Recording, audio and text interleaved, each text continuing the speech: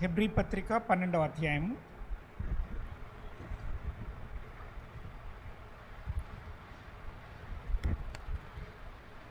Hebrew పత్రిక 12వ అధ్యాయము.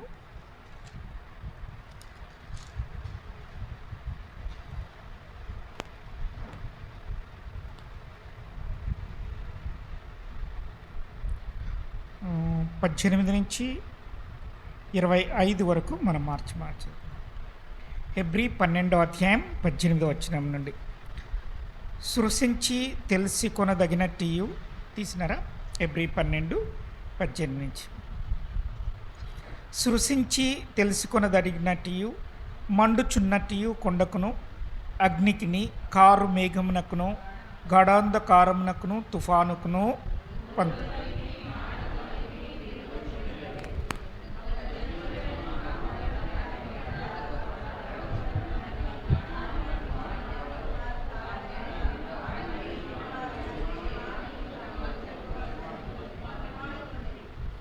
మరియు ఆ దర్శనం ఎంతో భయంకరంగా ఉన్నందున మోషే, నేను మిక్కిలి భయపడి వణకుచున్నాను అనెను.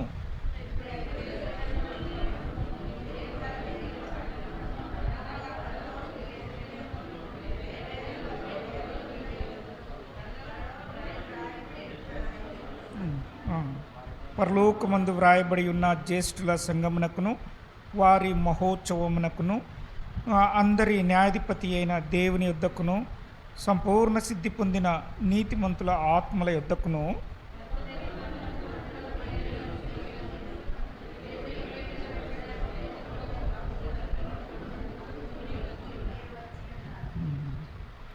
మీకు బుద్ధి చెప్పుచున్న వాణిని నిరాకరింపకుండునట్లు చూచుకొనుడి. వారు భూమి మీద నుండి బుద్ధి చెప్పిన వాణిని నిరాకరించినప్పుడు తప్పించు కొనకపోయిన ఎడల పరలోకం నుండి బుద్ధి చెప్పుచున్న వాణిని విసర్జించు మనము తప్పించు కొనకపోవుట మరి నిశ్చయము కదా. ఈ చాలండి. మనం చదివిన ఈ వాక్య భాగంలో నుండి కొన్ని మాటల్ని మనము ధ్యానించుకుందాం. ఇక్కడ మన విశ్వాస జీవితానికి గూర్చిన అంటే అనేకమైనటువంటి ఆధిక్యతలు, మనకు కలిగిన ఆధిక్యతలను గురించి దేవుని వాక్యము మాట్లాడుతూ ఉన్నది. ఇది పాత నిబంధన గ్రంథంలో ప్రవక్తలైనటువంటి వారు మనం పొందినటువంటి ఈ రక్షణ ఎలాంటిదో దానిని వారు పరిశీలించి చూడాలనుకున్నారు. దానిని గురించి దేవుడు వారికి తెలియజేసినప్పుడు ఆ రక్షణ గురించి వారు రాశారు. ఆ యొక్క ప్రవక్తలు రాసినటువంటి సంగతులన్నీ నెరవేరిన తర్వాత ఇప్పుడు అపోస్తులైనటువంటి వారు ఈ యొక్క రక్షణ పొందినటువంటి వారికి కలిగినటువంటి భాగ్యం ఎంత గొప్పదో దానిని తెలియచేయడానికి ఈ యొక్క పత్రికలు వారు రాస్తూ ఉన్నారు. ఇప్పుడు మనము యేసు ప్రభునందు విశ్వాసం ఉంచినటువంటి వారు ప్రవక్తలు తెలియచేసిన వాగ్దానములకు వారు వారసులై ఉన్నారు అనే సంగతి ఈ క్రొత్త నిబంధనలో మరి వ్రాయబడి ఉన్నది. ప్రభువును అంగీకరించిన వారందరూ కూడా ఈ గొప్ప రక్షణ అనేటువంటి భాగ్యమును వారు పొందినటువంటి వారిగా ఉన్నారు. కాబట్టి మనకు కలిగిన భాగ్యం ఏమిటి అని మనము లెక్కించి తరచి చూచినట్లయితే అప్పుడు మనం ఈ లోకంలో మనం ప్రభువును అనుసరించి నడుచుకొనుట అనేటువంటిది ఎంత మరి శ్రేష్టకరమైన జీవితమో మనం గ్రహించగలం. దేవుడు దేనికి మనల్ని పిలుస్తూ ఉన్నాడు? మన గురించి దేవుడు తన హృదయంలో కలిగిన ఉద్దేశం ఏమిటి? దీనంతటి అంతమున దేవుని ప్రజలకు కలగబోయేటువంటి భాగ్యం ఏమిటి? ఇదంతా కూడా దేవుని వాక్యంలో మరి మనము చదువుకుంటా ఉన్నాం. నేను వాక్యాన్ని 2 భాగాలుగా చేస్తా ఉన్నాను. ఒకటేమో మనం ఈ లోకంలో ఎలా దేవుని పిల్లలుగా నడవాలి అనేటువంటిది ఒక ఒక ఒక వైపు ఉండగా, రెండో వైపు దేవుని యొక్క ఉద్దేశ్యములు మన ఎడల ఏమై ఉన్నాయి? దేవుని యొక్క మనస్సులో ఉన్నటువంటి దేవుని యొక్క సంకల్పం ఏమిటి?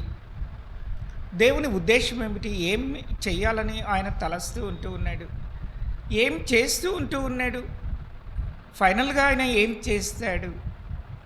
సో, ఇది పర్టైనింగ్ టు గాడ్ అనమాట. అంటే దేవునికి సంబంధించిన విషయాలు. కాబట్టి మనకు తెలుసు దేవుని గురించి మరి తెలియచేసేటువంటి మరొక గ్రంథము ఈ లోకంలో లేదు. దేవుని యొక్క అనంతమైన గుణలక్షణములు ఏమిటి? దేవుని యొక్క ఉద్దేశములు ఏమిటి? దేవుడు ఎందుకు ఈ కార్యములన్నీ చేస్తూ ఉన్నాడు? మరి దేవుడు మానవులను ఎందుకు కలుగచేసి ఉంటూ ఉన్నాడు? సో, ఈ మానవులందరూ విభిన్నమైనటువంటి విధాలుగా, నానా విధాలుగా ఎందుకు భూమి మీద వారు విస్తరిస్తూ ఉంటూ ఉన్నారు? ఫైనల్గా దేవుడు ఏం చేయాలనుకుంటా ఉన్నాడు? ఇదంతా దేవుని సంబంధించిన సంగతులు అన్నమాట. సో, దీని గురించి తెలియచేసే గ్రంథం ఇంకొకటి లేదు. ఒక్క దేవుని వాక్యమే, అది దేవుడు అనే మాటతో ప్రారంభమవుతుంది. దేవుడు ఆదియందు దేవుడు భూమి ఆకాశములను సృజించెను అనేటువంటి మాటతో దేవుని వాక్యము, బైబిల్ గ్రంథము మరి ప్రారంభమవుతుంది. కాబట్టి ఎవరైనా దేవుని గురించి తెలుసుకోవాలంటే దేవుని వాక్యమును చదవాలి. ఇది దేవుని గురించిన జ్ఞానము ఎంతో గూఢమైనటువంటిదిగా, ఎంతో మర్మ గర్భితంగా వ్రాయబడి ఉన్న కారణం చేత మరి దానిని వివరించేవారు అవసరమైంది. దాని గురించి లోతుగా పరిశీలించాల్సిన అవసరము కలిగింది. అందుకని మరి యోబును మరి దేవుని యొక్క గూఢాంశములను నువ్వు ఎరుగగలవా అని యోబు గ్రంథంలో వ్రాయబడింది. దేవుని యొక్క గూఢాంశములు అంటే దేవుడి హృదయంలో ఉండేటువంటి సంగతులు.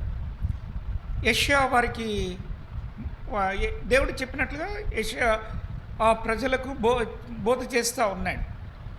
చేస్తూ ఉంటే వారికి అర్థం కావటం లేదు. కొంచెం ఇక్కడ కొంచెం అక్కడ ఎట్లంటే అట్లా చెప్తా ఉన్నాడు. ఒకవైపేమో దేవుడు ఎంతో కరుణ కలిగి ఉన్నాడు, దేవుడు తన ప్రజలను రక్షిస్తాడని చెప్తున్నాడు. మరొక వైపున దేవుడు ఎంతో ఆయన కోపము రగులుకొంచున్నది అని మరలా చెప్తూ ఉంటూ ఉన్నాడు.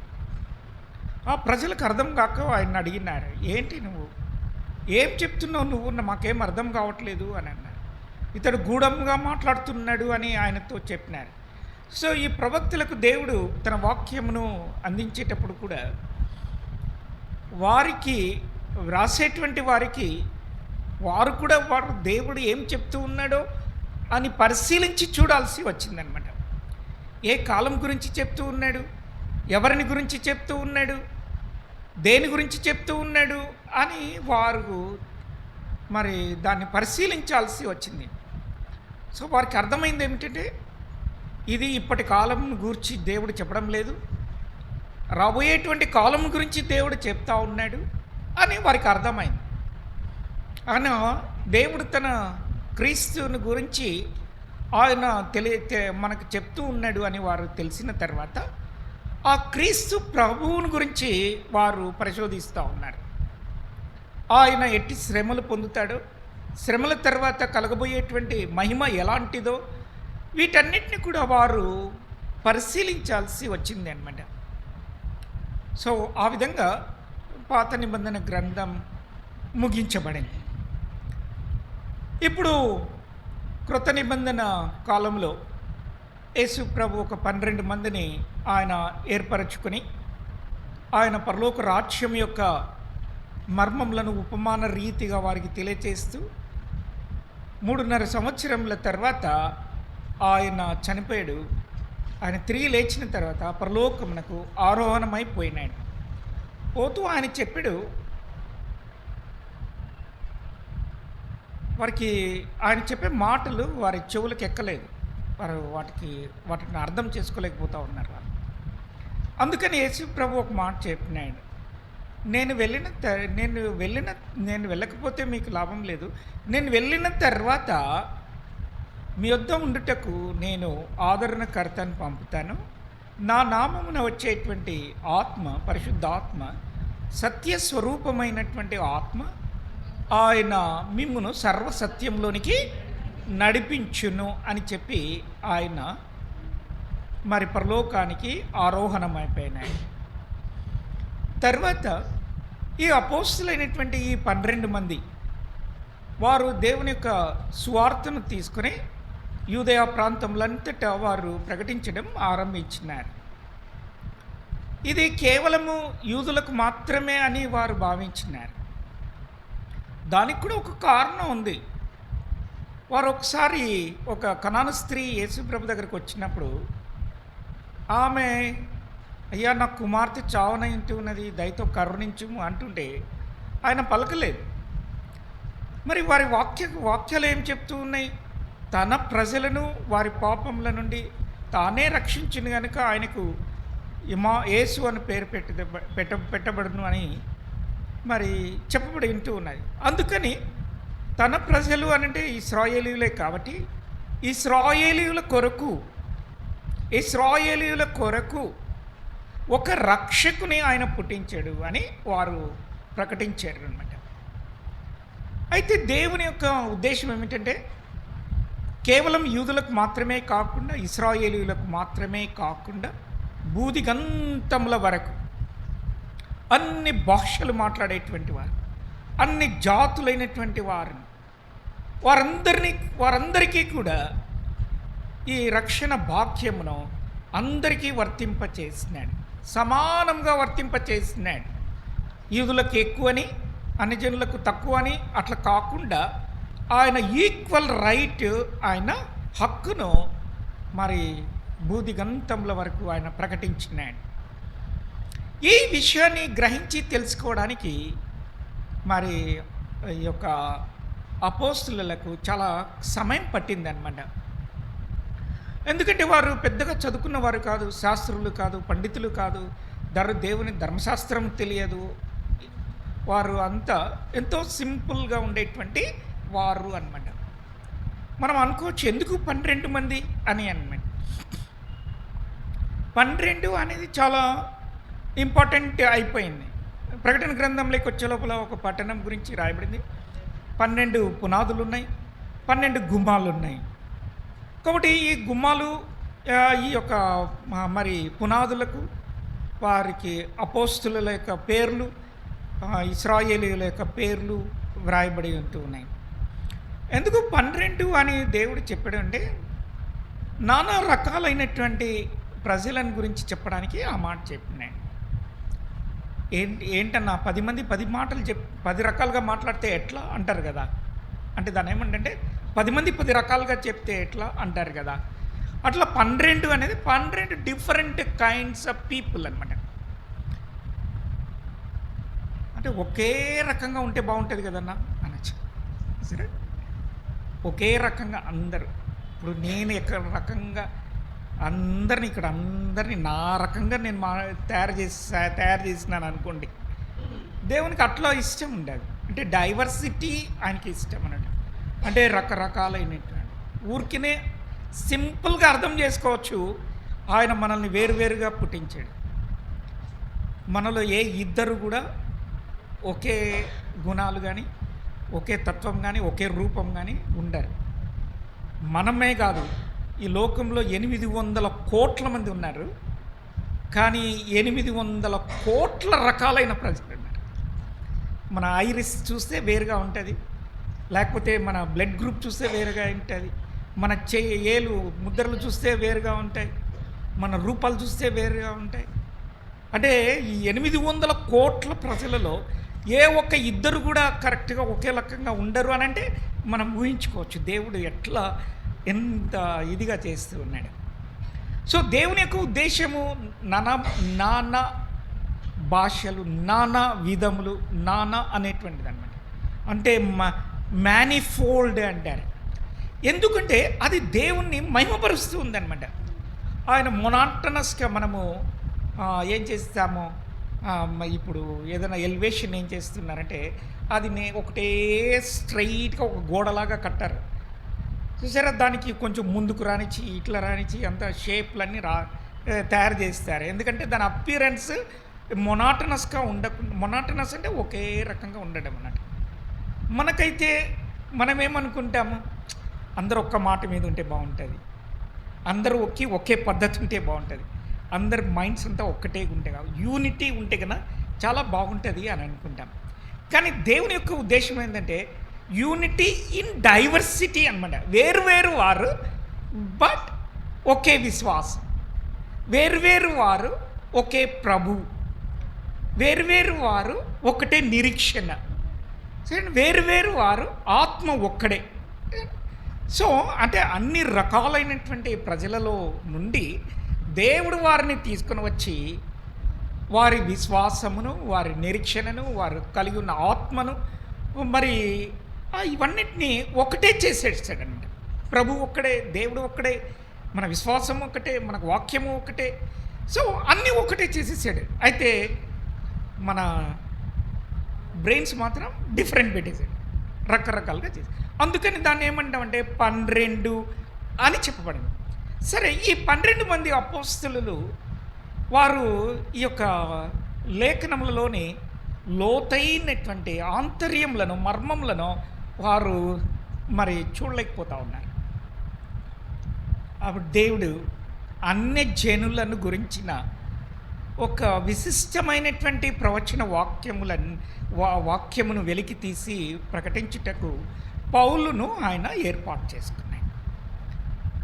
ఈ పౌలు మరి దేవుడు అతన్ని ప్రత్యేకపరిచి ఆయన ద్వారా ఈ సువార్తను అన్ని జనులకు ప్రకటించడానికి ఆయనకు ఈ యొక్క ప్రత్యక్షతను కలుగజేస్తున్నాడు.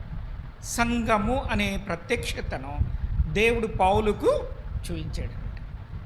ఈ సంఘంలో యూదులు, గ్రీకు దేశస్థులు, మరి హెల్లేనీయులు, అంటే అన్ని రకాలైనటువంటి ప్రజల యొక్క కలగురగంప అయినటువంటి సంఘమును మరి పౌలు చూసినాడు. చూసి దేవుని యొక్క మరి ఈ యొక్క సంఘం ఎడల దేవుని హృదయంలో ఉండేటువంటి ఆలోచనను మరి పౌలు కనిపెట్టగలిగినాడు. అందుకని సంఘమును ఏమని చెప్పినాడంటే మరి క్రీస్తుకు ఒక పవిత్రమైన కన్యక వలె మరి పౌలు చూసినాడు అనమాట. ఇది పాత నిబంధన గ్రంథంలో దేవుడు ముందుగానే తన ప్రజలను గురించి ఆయన చెప్పాడు అనమాట. అంటే ఎందుకు మరి యొక్క క్రీస్తు ప్రభు యొక్క భార్యగా చెప్పబడుతూ ఉన్నాము అంటే అది ఏంటంటే ఆ యొక్క అన్యోన్యమైనటువంటి ఆ యొక్క సహవాసమునకు సాదృశ్యంగా అది చెప్పబడుతూ ఉన్నది. సహోదరులు అంటే సహోదరులు ఎంతవరకు కలిసి ఎంతవరకు అన్యోన్యంగా ఉంటారు?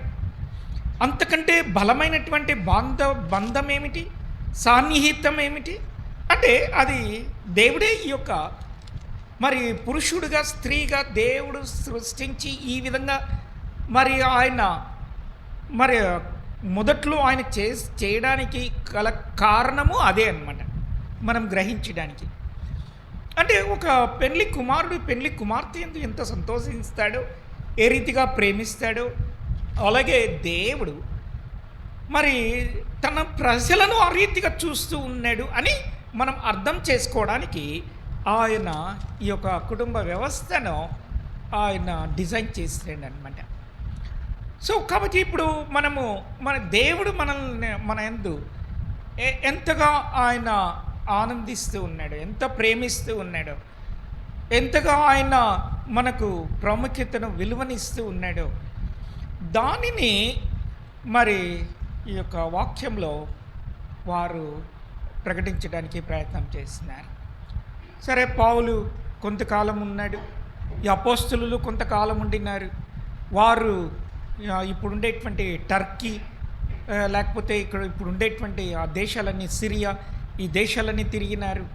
అన్ని సంఘాలు స్థాపించబడినాయి. అనేకులు ప్రభునందు విశ్వాసం ఉంచినారు. వీరు ప్రతి స్థలంలో కూడా వారు ప్రకటించి బోధించి పాత నిబంధన యొక్క గ్రంథాలు వెలికి తీసి వాటిలో నుండి చూయించి వారు క్రీస్తు ప్రభువుని గురించి బోధిస్తూ ఉండినారు.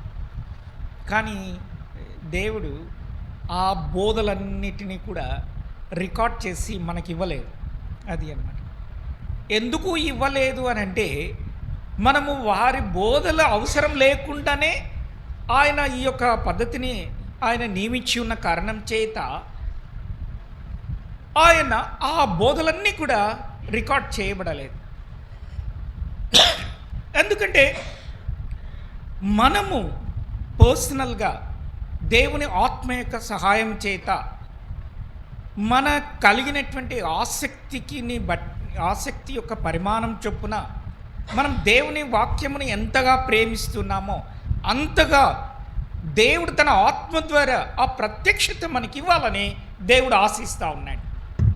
అందుకని ఇప్పుడు మనం దేవుని సన్నిధిలో నిలబడి మీరు ఏ విధంగా నడుచుకోవాలో అనే సంగతులను మరలా తిరిగి బోధించాల్సిన, వాటిని విశదీకరించి ఎగ్జాంపుల్స్ చెప్పి అవి అన్నీ చెప్పి వాటి యొక్క ప్రాముఖ్యత చెప్పాల్సిన అవసరం లేకుండా దేవుడు తన వాక్యాన్ని మనకిచ్చినాడనమాట.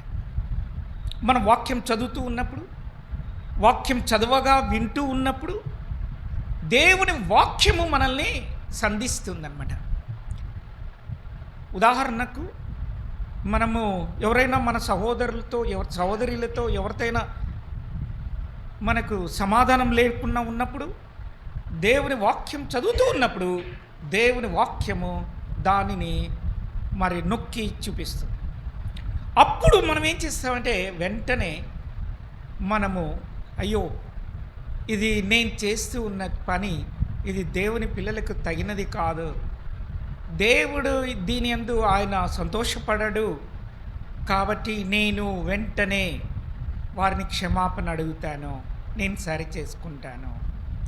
సో ఇది దేవుని యొక్క ఆత్మచేత దేవుని వాక్యమును చదివినప్పుడు అది కలిగినటువంటి ప్రేరణ చేత మనము నడిపించబడాలనేటువంటిది దేవుని యొక్క ఉద్దేశం.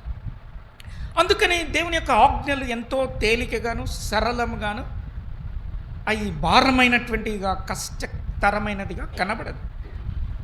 చాలామంది చాలా కష్టం అనుకుంటారు, కానీ దేవుని వాక్యం చేస్తుందంటే యేసుప్రభు ఏం చెప్పినాడంటే నా కాడి సులువు అని చెప్పినాడు, నా తేలిక భారము తేలిక అని చెప్పినాడు.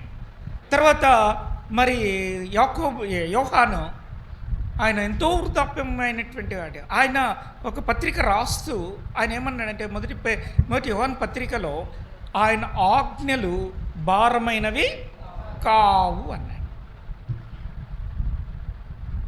అంటే మరి అందరినీ ప్రేమించడం అంటే కష్టమేన కదా అనుకుంటాను. ఏం కష్టం ఉన్నది? ఎవరన్నా ఏమన్నా అంటే అన్నిలేనా, దాంట్లో తప్పేముందన్నా, అక్కే కదా అన్నయ్య కదా అన్నాం అనుకో, అట్ట తేలికగా కొట్టి పారేస్తే ఏ ఏ ఏ కఠినమైనటువంటి సందర్భమైనా మనము తేలికగా ప్రేమించవచ్చు. తెలియదులే నా పాపం అంటే ఏమవుతుంది, వెరీ సింపుల్, కొట్టి పారేయచ్చు. సో అక్కడ యేసు ప్రభు ధర్మశాస్త్రం అంతటినీ కొట్టి వేడేసి ఒక్కటే పెట్టాడు, నీవు నీ సహోదరుని ప్రేమించు. నీవు సహోదరుని ప్రేమించకుండా నేను దేవుని ఎరిగి ఉన్నాను అని చెప్తే నువ్వు అబద్ధీకుడవు అన్నాడు. ఈ అబద్ధీకుని గురించే ప్రకటన గ్రంథంలో రాసి అబద్ధీకులందరూ నరకంలో పడతారంటే నాకు చాలా భయం వేసేది చిన్నప్పుడు. అరే ఇదేంట్రా బాబు, అబద్ధాలు ఆడకుండా ఎవరుంటారు, ఏదో భయంతోనో ఉన్నట్టుండి సడన్గా భయపడి ఏదో ఒకటి అబద్ధాలు చెప్పేస్తారు, పిల్లలు అబద్ధాలు చెప్పేస్తారు తల్లిదండ్రులకు, ఇది ఎట్లా అబద్ధము ఏంటి అని. సో భయం కలిగి అబద్ధం చెప్పకూడదు, సత్యంను అనుసరించి నడవాలి. కానీ అసలు అబద్ధీకులు ఎవరు అనంటే మేము దేవుని ఎరిగి ఉన్నామని చెప్పి చీకటిలో నడుచువారు, మేము దేవుని పిల్లలమని చెప్పి దేవుని పిల్లలను ప్రేమించని వారు ఆయన క్లియర్గా చెప్పాడు అబద్ధీకుడు ఎవడు. యోహాన్ కదా రాసింది, ప్రకటన కూడా యోహానే కదా రాసింది. సో దాని కంటిన్యూయేషనే అనమాట. సో అటువంటి అబద్ధీకులందరూ దేవుని ఎరిగి ఉన్నామని చెప్పి తమ క్రియల వలన దేవుని ఎరుగమని వారు చూపిస్తూ ఉన్నారు. సో వారు దేవుని ఎరిగి ఉన్నామని చెప్పడం ఏంటిదంటే అబద్ధం అన్నమాట. సో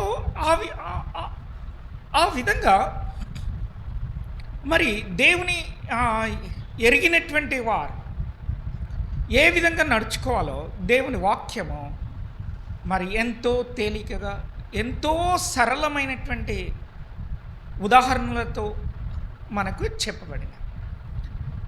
ఇక్కడ హెబ్రీ పత్రికలో రాస్తూ ఆయన ఏమంటున్నట్టే ఎంతో సాక్షి సమూహము మనల్ని ఆవరించి ఉన్నది అని. అంటే అబ్రహాం దగ్గర నుంచి, హానోక్ దగ్గర నుంచి, హేబెల్ దగ్గర నుండి, ఆదాం దగ్గర నుండి, లేకపోతే ఇక్కడ మరి యేసు ప్రభు దగ్గర వరకు, అపోస్తలుల వరకు వారందరూ కూడా విశ్వాసం ముందు వారు నడుచుకున్నారు, వారు జీవించారు, విశ్వాసం కలిగి వారు ఈ లోకంను వదిలిపెట్టిపోయారు. వారి యొక్క చరిత్ర అంతా కూడా దేవుని వాక్యంలో మన కళ్ళ ఎదుట అది ఒక సాక్ష్యముగా ఉంటూ ఉన్నది. చూడండి, ఏదైనా మనం ప్రభు ఇది ఎలా చేయాలి, ఈ విధంగా నేను ఏం చేయాలి అని అంటే ఆ దేవుని వాక్యంలో చదువుకున్నాము అంటారు. అదే అన్నమాట. ఒకవేళ మనం ఇట్లా నడుచుకోండి అని బోధించినాను అనుకోండి, అప్పుడు అన్న చెప్పాడు కాబట్టి నడుచుకుంటూ ఉన్నారనుకోండి. అట్లాంటి నడుచుకునే దాని గురించి దేవుడు చాలా మరి అసంతృప్తి చెంది ఒక మాట చెప్పినాడు. వీరు నా యొద్దకు వస్తూ ఉన్నారు, వారు ఎంతో నా యందు భయభక్తులు చూపుతూ ఉన్నారు, కానీ అవన్నీ మానవ విధులను బట్టి నేర్చుకోండి, వారి హృదయాలు దూరంగా ఉన్నాయి అన్నాడు. అదెంతో అసంతృప్తిని దేవుడు తన ప్రజలను గురించి చెప్పిన మాట అన్నమాట. కాబట్టి అది దేవుని ఆత్మచేత, దేవుని వాక్యం యొక్క పని వలన మన జీవితంలో కలిగే ప్రతి పరివర్తన, మార్పు, స్వభావంలో మార్పు, ఇదంతా కూడా అది దేవుని దృష్టికి ఎంతో విలువైనటువంటి దానంతటిని గురించి ఇక్కడ మాట్లాడుతూ ఇప్పుడు చాలా పర్యాయములు ఈ యొక్క దేవుని ప్రజలకు కలిగిన భాగ్యమును ఒకవైపు చెప్తూనే మరొక వైపు ఆయన మీరు బై మిస్టేక్ యేసు ప్రభువును మీరు నిర్లక్ష్యం చేయకుండా చూసుకోండి అనే మాట ఆయన పదే పదే చెప్పడానికి ప్రయత్నం. మొదటి నుంచి కూడా యేసు ప్రభువును గురించి ఈ యొక్క హెబ్రీ పత్రిక వ్రాయడము ప్రారంభమైంది అన్నమాట. ఈయన యేసు ప్రభు రాక పూర్వము ఉన్నటువంటి నీతిమంతుల యొక్క జీవితాన్ని ఆయన కంపేర్ చేస్తూ, యేసు ప్రభు వచ్చిన తర్వాత ఆయనందు విశ్వాసం ఉంచినటువంటి మరి వారి యొక్క కలిగినటువంటి ఒక ప్రత్యేకత ఏమిటో ఈ యొక్క మరి హెబ్రీ పత్రిక విడదీసి చూపిస్తూ ఉంటూ ఉన్నాయి. ప్రత్యేకంగా ఇశ్రాయేలీలను గురించి ఆయన మొదట్లో మాట్లాడుతూ ఉన్నాడు. ఇశ్రాయేలీలు వాళ్ళ మధ్యలో మోషే ఉండినాడు, వారికి ఒక ధర్మశాస్త్రం ఉండినది, వారితో దేవుడు నిబంధన చేశాడు. అది ఆ కాలంలో ఆ ధర్మశాస్త్రము అనుసరించకుండా ఉన్నట్లయితే మోషేను నిరాకరించిన వారి విషయమై దేవుడు చాలా తీవ్రంగా వారిని యందు కోపపడినాడు. కాబట్టి ఇప్పుడైతే అది అన్నమాట, ఇప్పుడైతే అంటే యేసు ప్రభు వచ్చిన తర్వాత యేసు ప్రభునందు విశ్వాసం ఉంచిన వారికి కలిగినటువంటి ప్రత్యేకత అంటే వారి గురించి ముందు దేవుడు ప్రవక్తలతో చెప్పాడు, దేవుడి వాక్యంలో వ్రాయబడినది. అంటే అక్కడ మన పేర్లన్నీ ఉదాహరించకపోయినా అక్కడ దేవుడు మన పేర్లన్నీ ఆయన మనసులో ఉంచుకొని చెప్పిన మాటలు మరి ప్రవక్తలకు ఆయన తెలియచేశాడు. సో వారిని నేను నాకు కుమారులు, నేను వారికి తండ్రినై ఉంటాను, వారు నాకు ప్రజలై ఉంటారు, నేను వారికి దేవుడనై ఉంటాను, వారి పాపములను ఎన్నడూ జ్ఞాపకం చేసుకున్నాను, వారిని గద్దించాను, వారికి నా కృప దూరం చెయ్యను. సో ఈ విధంగా ఒక క్రొత్త నిబంధనను దేవుడు మరి ఆ ప్రవక్తలకు తెలియచేసినప్పుడు ఈ క్రొత్త నిబంధనకు వారసులు ఎవరు అని అంటే యేసు ప్రభునందు విశ్వాసం ఉంచిన వారే. ఆ యేసు ప్రభు క్రొత్త నిబంధనకు మధ్యవర్తి అయినటువంటి వాడు. సో ఇక్కడ 10వ అధ్యాయం నుంచి ఆయన ఇక్కడ అంటే ఇదంతా కంటిన్యూస్గా రాసుకుంటా వెళ్తూ ఉన్నాడు కాబట్టి ఇక్కడ దేవుని వాక్యంలో ఉండేటువంటి ఒక ఆలోచన యొక్క దాన్ని ఏమంటారంటే థ్రెడ్ని మనం చూడవచ్చు. ఒక తెల్లని బట్టలో ఒక ఎర్రటి దారాన్ని వారు నేసారనుకోండి మధ్యలో, ఆ దారము మొదటి నుండి అది చివరి వరకు వస్తుంది కదా, అట్లనమాట. ఈ దేవుని యొక్క ఒక ప్రాముఖ్యమైనటువంటి అంశమును ఆ యొక్క దేవుని వాక్యములో లోపల అది మరి అది వచ్చినట్లుగా మనకు కనిపిస్తుంది అనమాట. ఇక్కడ చూడండి 34వ వచనం, 10వ అధ్యాయం 34వ వచనం. మీరు ఖైదులో ఉన్న వానిని కరుణించి మీకు మరీ శ్రేష్టమైనది స్థిరమైనదియునైన స్వాస్థ్యమున్నదని ఎరిగి మీ ఆస్తిని కోల్పోవటకు సంతోషంగా ఒప్పుకుంటురి, కాబట్టి మీ ధైర్యమును విడిచిపెట్టకుడి. సో ఇక్కడ మీకు ఒక స్థిరమైనది శ్రేష్టమైనది ఉన్న స్వాస్థ్యము ఉన్నదని ఎరిగి అంటున్నాడు. సో ఈ స్వాస్థ్యం గురించి ఆయన మాట్లాడుతూ వస్తూ ఉన్నాడు. మొదటి అధ్యాయంలో నుండి రక్షణను స్వాస్థ్యము పొందబోయే వారికి దేవదూతలు పరిచారం చేసేటువంటి పరిచారకులుగా ఉన్నట్లుగా మొదటి అధ్యాయంలో వ్రాసినాడు. తర్వాత 9వ అధ్యాయంలోనికి వస్తే మరి మనము ఆ యొక్క స్వాస్థ్యమును పొందడానికి యేసుక్రీస్తు ప్రభు సిలువలో అమూల్యమైన రక్తమును కార్చి ఆ రక్తం చేత మనము విమోచింపబడి ఉన్నాము అని అక్కడ చెప్పబడుతూ ఉన్నది. ఇక్కడ ఆ స్వాస్థ్యము కొరకు వీరు ఏం చేస్తూ ఉన్నారంటే తమ ఆస్తులన్నీ కోల్పోవడానికి కూడా సిద్ధపడిపోయినారు. ఎందుకంటే వారు ఒక నిత్యమైన స్వాస్థ్యం ఉన్నదని వారికి ఒక భావము వారి హృదయంలో ఉంటున్నది. అందుకని పేతురు రాస్తూ మీకు వాడబారని అక్షయమైన స్వాస్థ్యం పరలోకంలో ఉంది కాబట్టి ఆ స్వాస్థ్యము పొందడానికి దేవుని శక్తి చేత మీరు కాపాడబడుతూ ఉన్నారు. ఆ స్వాస్థ్యం మీకు ఉంది కాబట్టి మీరు ఎంతో సంతోషపడుతూ ఉన్నారు. కానీ అవసరమును బట్టి నానా విధమైనటువంటి మరి శోధనల చేత మీకు దుఃఖం కలుగుచూ ఉన్నది అంటూ ఉన్నాయి. అంటే ఒకవైపు దేవుడు ఒక నిత్యమైన స్వాస్థ్యమును వారి కొరకు సిద్ధపరుస్తూ ఉన్నాడు, దైవ శక్తి చేత వారిని కాపాడుతూ ఉన్నాడు. మరొక వైపు అవసరమును బట్టి కొంచెం మట్టుకు కొంచెం కాలము ఆయన శ్రమలను మరి శోధనలను పరీక్షలను ఆయన అనుమతిస్తూ ఉంటూ ఉన్నాడు. సో కాబట్టి ఈ రెండింటినీ మనము సరిగా బ్యాలెన్స్డ్గా మనం చూడగలిగితే మనకి ఏ సంశయములు ఉండవు. ఆత్మీయ జీవితంలో ఏ ప్రాబ్లము పొరపాటు పడేటువంటి అవకాశము లేదు, మోసపోయే అవకాశము లేదు, గాలి చేత అటు ఇటు కొట్టబడే అవకాశము లేదు అన్నమాట. కాబట్టి దానిని గురించి ఇక్కడ చెప్తూ 11వ అధ్యాయంలోనికి వచ్చే లోపల ఇక్కడ అబ్రహాం గురించి జ్ఞాపకం చేసి ఆయన ఏం చెప్తున్నాడంటే ఈ శ్రేష్టమైన స్వాస్థ్యమును గురించి అబ్రహామునకు ఏముంది ఆలోచన అని ఆయన గుర్తు చేస్తూ ఉన్నాడు. ఇప్పుడు చూడండి 11వ అధ్యాయం 10వ వచనం. ఏలయనగా దేవుడు దేనికి శిల్పియు నిర్మాణకుడై ఉన్నాడో పునాదులు గల ఆ పట్టణం కొరకు అబ్రహాము ఎదురు చూచుచూ ఉండేనో. అబ్రహామునకు దేవుడు వాగ్దానం చేసింది ఏంటంటే ఒక మరి దేశం, ఇశ్రాయేలు దేశం. ఈరోజు వారికి కూడా ఆ దేశాన్ని కొరకు కొట్టుకుంటూనే ఉన్నారు. అబ్రహాము, ఇస్సాకు, యాకోబులు తిరుగులాడినటువంటి ఆ దేశమంతా కూడా ఇప్పుడు అన్ని జనులు ఉన్నారు. ఆ దేశం కొరకు ఎంతో పోరాడుతూ ఉన్నారు. కానీ అబ్రహామునకు తెలిసింది ఏంటంటే ఈ దేశం కాదు.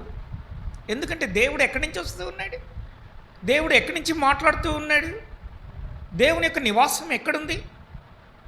దేవుడు అబ్రహాం వద్దకు వచ్చినప్పుడు దేవదూతలు డెఫినెట్గా అబ్రహాంకు డౌట్ వచ్చింటుంది, ఎక్కడి నుండి వచ్చినారు మీరు అని. ఏ దేశం నుంచి వచ్చినారు? తూర్పు నుంచి వచ్చినారా, పడమటి నుంచి వచ్చినారా అంటే వారు పైనుంచి వచ్చినారు. అంటే పైన ఇంకేమన్నా ఉందా అంటే అక్కడ ఒక శ్రేష్టమైన దేశము. చూడండి 16వ వచనం. అయితే వారు మరీ శ్రేష్టమైన దేశమును అనగా పరలోక సంబంధమైన దేశమును కోరుచు ఉన్నారు. సో వారు చాలా శ్రేష్టమైనటువంటి దాన్ని వారు అబ్రహాము అంటే దేవునితో వారు నడిచిన కారణం చేత నిన్న అనుకున్నాం కదా, మరి హానోకు దేవునితో నడిచినాడు, మరి నోహు దేవునితో నడిచినాడు. అబ్రహాంనైతే దేవుడే పిలుచుకొని నా ఎదుట నడుచుకో అని చెప్పినాడు. సో వీరు దేవునితో నడిచినారు అని అంటే దేవునితో సహవాసం కలిగి ఉండిన కారణం చేత దేవుడు వారికి కొన్ని సంగతులను తెలిపి ఉండవచ్చు. ఆ కాలంలో గ్రంథాలు లేవు కాబట్టి వారు రాసి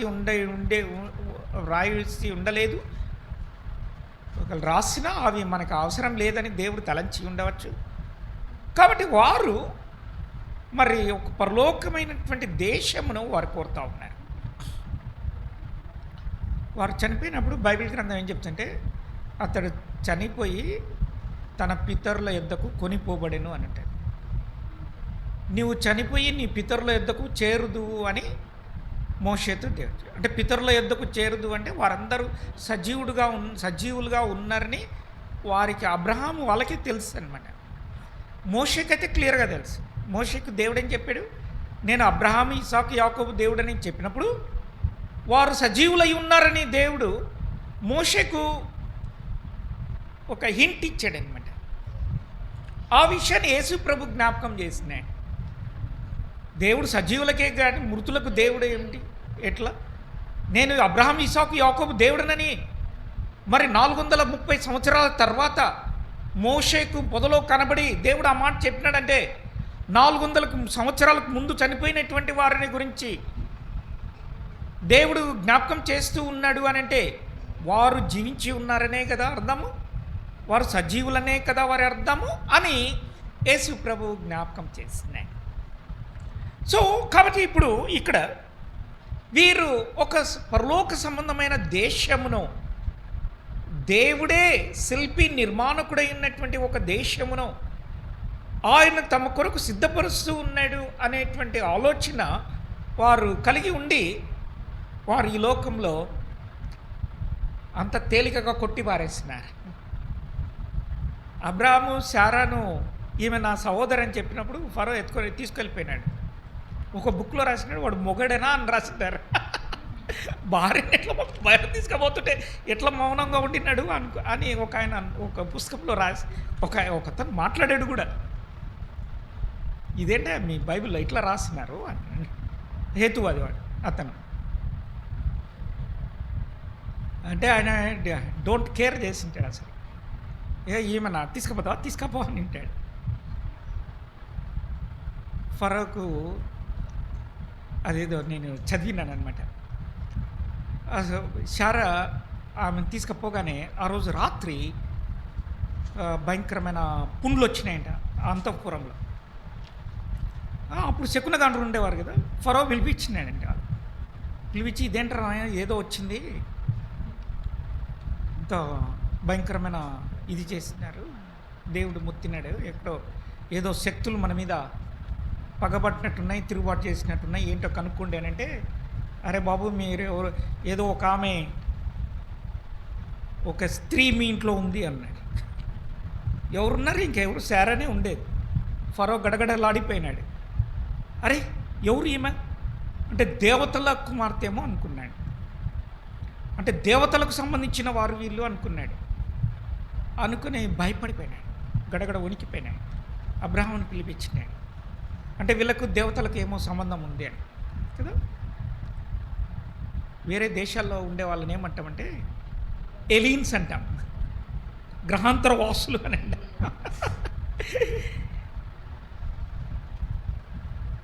మన మానవ భాషలో మాట్లాడాలంటే యేసు ప్రభు, దేవుడు, దేవతలు వీళ్ళందరూ గ్రహాంతర వాసులే.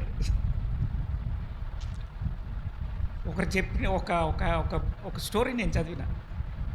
ఈ భూమి మీద ఈ యొక్క జీవమును పుట్టించిన వాళ్ళు వేరే గ్రహాంతర వాసులు అని చెప్పి రాసింది దాంట్లో. ఈ జీవం పుట్టించిన ఇదంతా చేసిన వాళ్ళు వేరే గ్రహాంతర వాసులు ఈ భూమి మీద ఇట్లాంటి చేసినారు అని చెప్పినారు. నేను అన్నాను, కరెక్టే, మరి గ్రహాంతర వాసులే చేసింది. ఇదంతా డిజైన్ చేసిందంతా పరలోక దేవుడు, పరలోకమందు ఉన్నటువంటి. సో ప్రస్తుత కాలం ఒకవేళ మన జ్ఞానం అంత దూరం వెళ్ళి చూడలేకపోయినా దేవుని వాక్యం మాత్రము మనకు తేటగా స్పష్టంగా వివరించింది. యేసు ప్రభువు నేను పరలోకము నుండి దిగి వచ్చాను అని చెప్పి మరలా పరలోకమునకు వెళ్ళిపోయినాడు, మేఘముల మీద వెళ్ళిపోయినాడు, మేఘముల మీద తిరిగి వస్తాడు. సో ఇంత క్లారిటీగా యేసు ప్రభు కళ్ళ ఎదురుగా వచ్చినాడు, కళ్ళ ఎదురుగా వెళ్ళిపోయినాడు. అదే ఒక ఏమంటారు దాన్ని, స్పేస్ సాసర్ అంటారు కదా, అట్లాంటిది ఏదైనా అట్లా వచ్చి అట్లా పోతే అది ఎంత పెద్ద ఇదైపోతుంది. అదే యేసు ప్రభు పరలోకం నుండి దిగి వచ్చినాడు, చాలా సంవత్సరాలు మనుషుల మధ్యలో నివసించినాడు. ఆయన వాళ్ళు చూస్తుండగా మేఘముల మీద వెళ్ళిపోయాడు. ఇప్పుడు ఎక్కడున్నాడంటే పరలోకంలో ఉన్నాడు ఆయన. సో ఆయన ఏం చేసినాడంటే ఆయన పరిశుద్ధాత్మను మన హృదయంలోకి పంపినాడు. చూడండి, ఇప్పుడు ఏమంటున్నారంటే అక్కడ స్పేస్లో నుంచి ఏమంటారు వాటిను, తరంగాలు భూమి మీదకి వస్తున్నాయండి. అరే బాబా, తరంగాలు మా లోపలే ఉన్నాయి రా నాయన అని చెప్పిన నేను. వాడు హేతువాదులకి ఇంకేం చెప్తాము, ఆ తరంగాలే లోపల దేవుడు తన తరంగాలని మా హృదయంలోకి పంపించేసాడు అని. అది దేవుని యొక్క ఆత్మ యొక్క మరి అది వాస్తవం అన్నమాట. సో ఇప్పుడు మన వాక్య భాగంలోనికి వస్తాం. ఇప్పుడు రండి 12వ అధ్యాయం. ఆయన ఏం చెప్తున్నాడంటే, ఇంత ఉంది కాబట్టి మీరు అలసట పొందవద్దు, విసుకోవద్దు. విశ్వాసం కర్తైన కొనసాగించేవాడని యేసు వైపు చూస్తూ మీ పరుగు పందెంలో ఓపికతో పరిగెత్తండి. ఎంత ఓపిక ఉండాలన్నా, నాకు అంత ఓర్పు లేదన్నా, నీకున్నంత ఓర్పు లేదన్నా, అంత ఓర్పు అంత కుదరదన్నా. ఒకసారి మీకు చెప్పినాను కదా, ఒక శామ్యుల్ అన్న బ్రదర్ వాళ్ళ ఇంట్లో ఏదో గొడవలు వస్తే ఏదో నేను చెప్పబోయినా, అన్న యేసు ప్రభు చూడండి అన్న ఎన్ని మాటలను ఉమ్మేసినా ఊరుకున్నాడంటే, అన్న నువ్వేంది పరలోకంలో ఉన్నట్టు మాట్లాడతావే, యేసు ప్రభు అంటే ఆయన దేవుని కుమారుడు, ఆయన ఓర్చుకుంటాడు, నేను యేసు ప్రభుతో పోలుస్తావేంటన్నా, నాకంత శక్తి లేదన్నాడు. అంటే యేసు ప్రభువే మనకు మోడల్గా ఉండడానికే వచ్చినాడు ఆయన. ఆయన ఏం చేశాడో అదే అడుగుజాడల్లో మనం నడుచుకోవాలని చెప్పిపోయినాడు ఆయన. మనం ఆయన చేసినట్టు చేస్తేనే మనం ఆయనతో పాటు ఆ పరలోక రాజ్యంలో ఆయన ఇంటికి వెళ్తాము. మరి ఏదైనా అడ్డదారులలో ఎట్టపోతాము అని చెప్పిన నేను. కాబట్టి ఇక్కడ దీని గురించి చెప్పి మళ్ళీ ఇప్పుడు ఇంకా కొంచెం దాన్ని ఎక్స్ప్లెయిన్ చేస్తూ ఉన్నాడు. ఇప్పుడు రండి 12వ అధ్యాయం 22వ వచనం. ఇప్పుడైతే సియోనను కొండకును జీవము గల దేవుని పట్టణమునకును అనగా పరలోకపు యెరూషలేమునకును. చూడండి, ఇంతవరకు ఒక్క మాట చూద్దామా మనము. సరే, ఆయన 24వ వచనంలో చివరిలో ఏమన్నాడంటే, 24వ వచనం చదవమా. పలుకు ప్రోక్షణ రక్తమునకును మీరు వచ్చి ఉన్నారు. అంటే మనం యేసు ప్రభువుని విశ్వసించినప్పుడు మనం ఆత్మీయంగా ఏ స్థానంలోనికి వస్తూ ఉన్నామంటే, ఎక్కడికి వచ్చాము అని అంటే, మొట్టమొదట ఆయన పలికే మాట ఏంటంటే, సియోను కొండకును జీవము గల దేవుని పట్టణమునకు, అనగా పరలోకపు యెరూషలేమునకు, వేవేల దూతల యొద్దకు, పరలోకమందు వ్రాయబడి ఉన్న జ్యేష్ఠుల సంఘమునకు. జ్యేష్ఠుల సంఘం అంటే ఆ మొదటి శతాబ్దంలో ఉన్నటువంటి సంఘం అన్నమాట.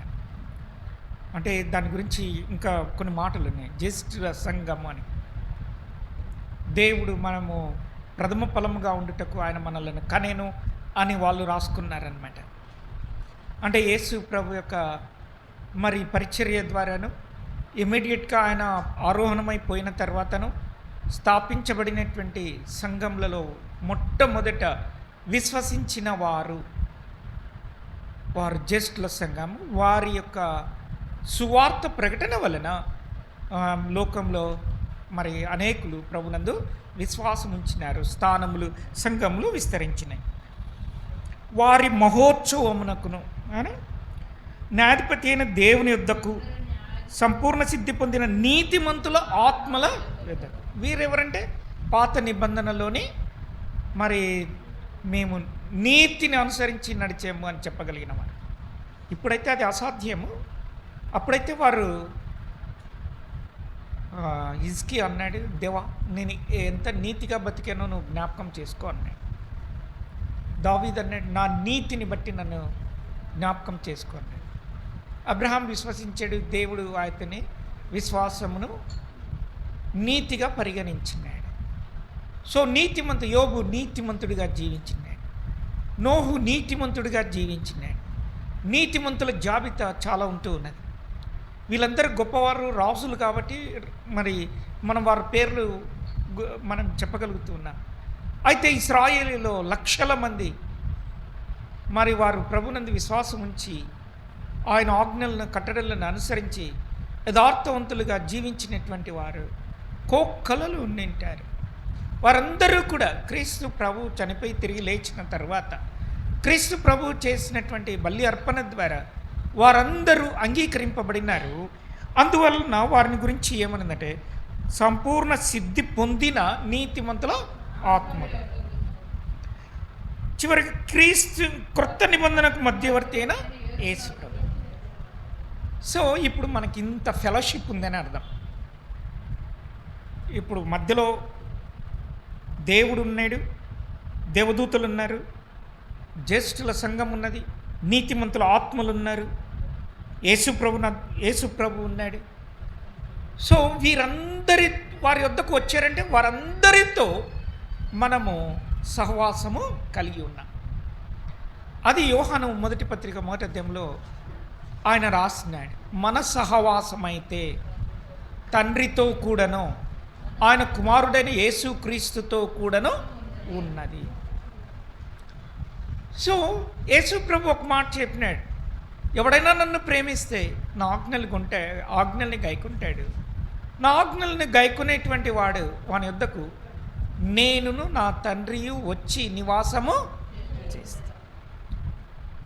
సో ఇదంతా ఏంటంటే, ఇంకా 1 కొరింథీ పత్రిక 1:9 పౌలు చెప్తున్నాడు, తన కుమారుని యొక్క సహవాసమునకు పిలిచిన దేవుడు నమ్మదగిన వాడు అని అంటున్నాడు.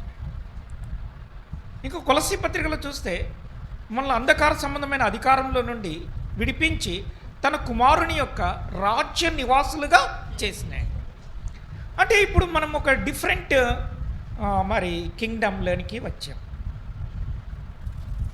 మనం ఈ లోకంలో సాధారణమైనటువంటి జీవితాన్ని జీవిస్తున్నప్పటికీ కూడా మన సహవాసము దేవదూతలతోనూ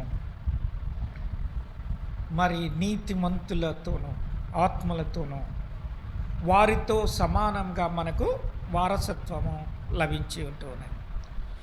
కాబట్టి ఇదంతా అంటే ఈ పట్టణం గురించి చాలా మాటలు ఉన్నాయి. యెషయా గ్రంథంలో 26 అనుకుంటాను, అక్కడ మనకు బలమైన పట్టణం ఒకటి ఉన్నది, రక్షణను దానికి ప్రాకారంగాను బురుజులుగాను ఆయన నియమించి ఉన్నాడు, నీతిమంతులు ప్రవేశించినట్లు యొక్క తలుపులను తెరవండి అని అక్కడ మరి యెషయా చెప్తూ ఉన్నాయి. ఈ పట్టణం గురించి మరి చాలా మాటలు దేవుని వాక్యంలో ఉన్నాయి. మరి ఇక్కడ ప్రకటన గ్రంథంలో అయితే 3వ అధ్యాయంలో ఒక మాట ఉంది. ప్రకటన గ్రంథం 3వ అధ్యాయం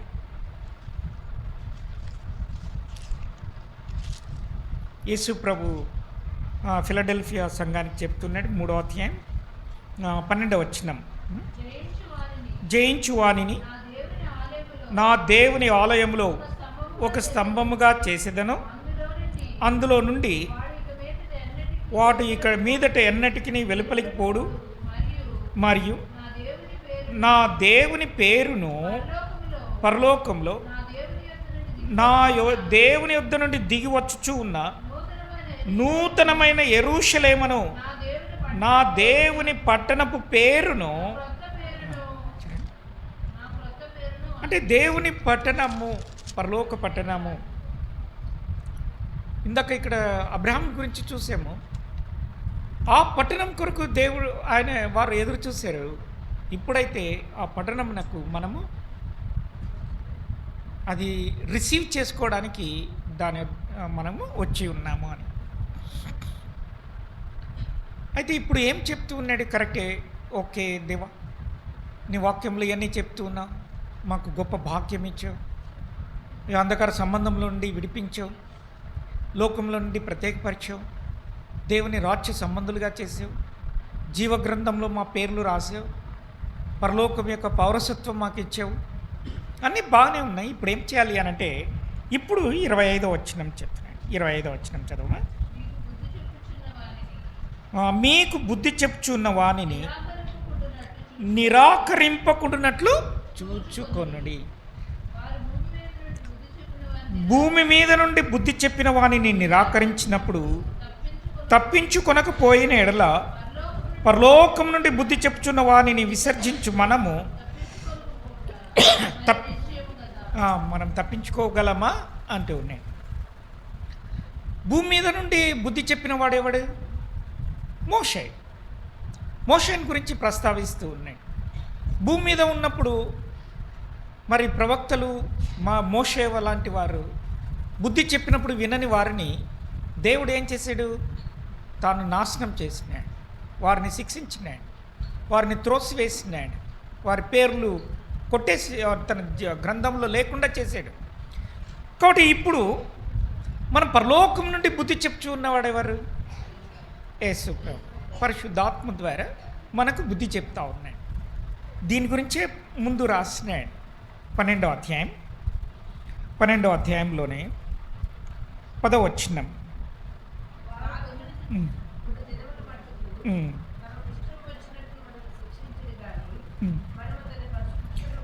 మనము తన పరిశుద్ధతలో పాలు పొందవలనని మన మేలు కొరకే ఆయన శిక్షించుచూ ఉన్నాడు.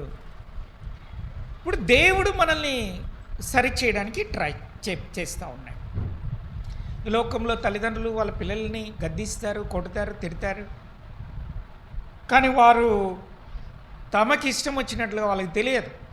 తర్వాత వీడేమవుతాడో తెలియకుండానే ఏ గద్దించాలి, ఏ మాట అనాలి, ఏ విధంగా వారిని దారిలో పెట్టాలి, ఇవన్నీ తెలియదు తల్లిదండ్రులకు. అందుకని వాళ్ళకి ఇష్టం వచ్చినట్లుగా శిక్షిస్తారు. అయితే పరలోకం నుండి శిక్షించువాడు ఆయన మనం పూర్తిగా ఎరిగినవాడు, ఎట్లా దారిలో పెట్టాలి మనల్ని అని. అందుకని ఎగ్జాంపుల్ పౌలు ఉన్నాడు. ఎవరు ఎగ్జామ్షన్ లేదనమాట. భూమి మీద అందరూ మానవులందరూ కూడా మంటివారే, జ్ఞానం లేనివారే, తప్పిపోయేవారే, చెడిపోయిన వారే. అందుకని పేతురు రాస్తూ ఆయన మనకు మాదిరి ఉంచిపోయాడు అని చెప్పిన తర్వాత అక్కడ చివరిలో రాశారు, మీరందరూ గొర్రెలెవరే దారి తప్పిపోయారు, కానీ ఇప్పుడు ఆత్మల కాపరి అయిన అధ్యక్షుడు నైనా ఆయన వైపుకు మీరు మళ్ళుకున్నారు. అందరూ తప్పిపోయేటువంటి స్వభావం కలిగిన వారమే. అందుకని ఇప్పుడు పౌలు ఏం చేసినాడంటే, పౌలుకు సాతానుకు ఒక పని పెట్టాడు అనమాట. పౌలు పక్కన ఒక ముళ్ళు పెట్టాడు. అది సాతాను యొక్క దూతగా పెట్టాడు. సాతాను యొక్క దూత అంటే అది కొంచెం ఎక్కువైన పనిష్మెంట్ ఇవ్వాల్సి వచ్చింది పౌలు. ఎందుకంటే దారి తప్పిపోకుండా ఉండడానికి, మరి అతిశయించకుండా ఉండడానికి ఆయన చేశాడు. అంటే పౌలు అతిశయించే అవకాశం ఉందా? మనుష్యుడే కదా, తప్పకుండా ఉంది అని అర్థం అనమాట. ఆయన ప్రార్థన చేసినాడు, దేవా ఏంటి ముళ్ళు నా పక్కన ముళ్ళు పెట్టేవు అని అంటే, దాని గురించి మాట్లాడకు అన్నాడు. అప్పుడు అర్థమైంది, నా కృప నీకు చాలు, నేను చాలా కృప పెట్టాను మీకేం భయం లేదు, నా శక్తి పరిపూర్ణమవుతున్నది అని చెప్పాడు. బలహీనత లేని శక్తి, నా శక్తి ఇస్తున్నా, నా కృప ఇస్తూ ఉన్నా. మరి ఇదేంటి ప్రభు, ఇది అవసరమా అంటే అవసరం. కానీ అటువంటి వాళ్ళకే అవసరమైతే ఇంకా మనకి ఎంత అవసరమో చూడండి. అంటే మనకేం తెలియదు కదా, నా సేపడే అవకాశం ఏముంది మనకేం తెలియదు, ముందుగానే ఒప్పేసుకుంటాం మనం, మాకేం తెలియదు. అన్న మంటివాడిని చెడ్డోడిని నాకు జ్ఞానం లేదు అంటే వాక్యం చెప్పేటప్పుడు ఒకసారి ఒకైనా లేస్తూనే నాకంత తెలివి లేదు, జ్ఞానం లేదు, నాకు అంత చదువు రాదు, నాకేం తెలీదు అన్నాడు. అని చెప్పి 1 గంట సేపు ఆయన చెప్పినాడు. ఎట్లా చేసినాడంటే ఆ సంఘాన్ని అంతటి ఊపి పెట్టినాడు. ముందేమో ఏం నాకు తెలియలేదు అన్నాడు. ఆయన తిట్టి గందరగోళం చేసిన, గద్దించి పడేసినాడు. ముందేమో సైలెంట్గా అన్నాడు. మనం మొదట్లోనే ఒప్పేసుకుంటాం, అన్న మాకేం తెలీదు అని. అంటే అది తెలివి కలిగిన వాళ్ళు చేసే పని అన్నమాట.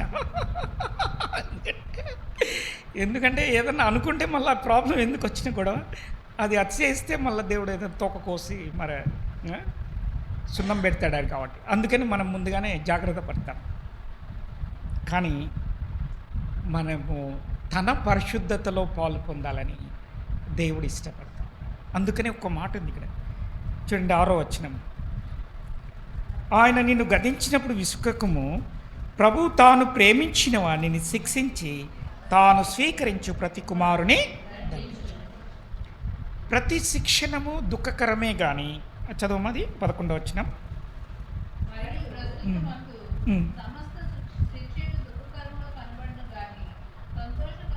కనబడదు,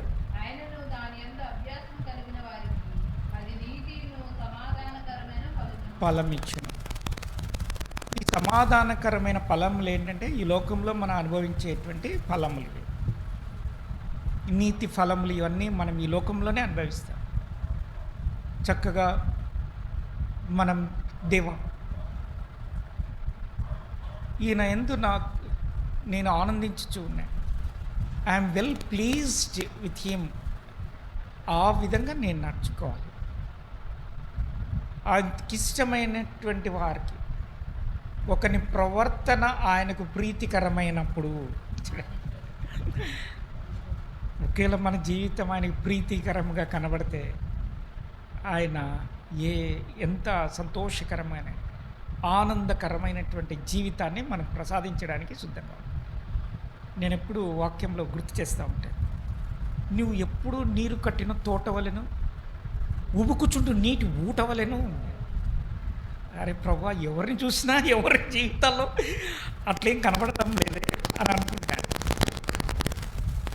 ఎప్పుడు ఉబుకుచుండు నీరు కట్టిన తోటవలెను, ఎప్పుడు ఉబుకుచుండు నీటి ఊటవలెను. అట్లా ఉండాలి ప్రభు, అట్లా జాయ్ఫుల్గా, సంతోషంగా, నీతి సమాధానములు, ఆ ఫలాలు అట్లా ఉండాలి మా కుటుంబాలు, మా ఇండ్లు అని నేను కోరుకుంటూ ఉంటాను. సో దానికి ఏంటంటే చిన్న రహస్యం ఏంటంటే మనకు కలిగిన భాగ్యాన్ని కూర్చొని దాన్ని చూడాలి. క్రీస్తు ప్రభువులో మనకు కలిగినటువంటి భాగ్యం ఏమిటో, యేసు ప్రభునందు విశ్వాసం ఉంచిన వలన కలిగినటువంటి ఆ స్థితి ఏమిటో మనం కూర్చుని ఆలోచించుకోవాలి. మన క్రీస్తు ప్రభువును మన కన్నుల ఎదుట పెట్టుకోవాలి. ఆయన నెరవేర్చినటువంటి కార్యమును మనం గుర్తుపెట్టుకోవాలి. మన ఎడల ఆయన కలిగి ఉన్నటువంటి ఆ యొక్క ప్రేమ ఆ యొక్క కనికరము మనం గుర్తు చేసుకోవాలి. అప్పుడు మనం ఈ లోకంలో ఏ భారము లేకుండా, తేలికగా, విసుగు పడకుండా, సనుగు చెయ్యకుండా, తేలికగా నడుచుకుంటూ దేవుని రాజ్యంలోనికి వెళ్ళిపోతాం. ఆ విధంగా ప్రభు మనకు సహాయం చేయనుగాక.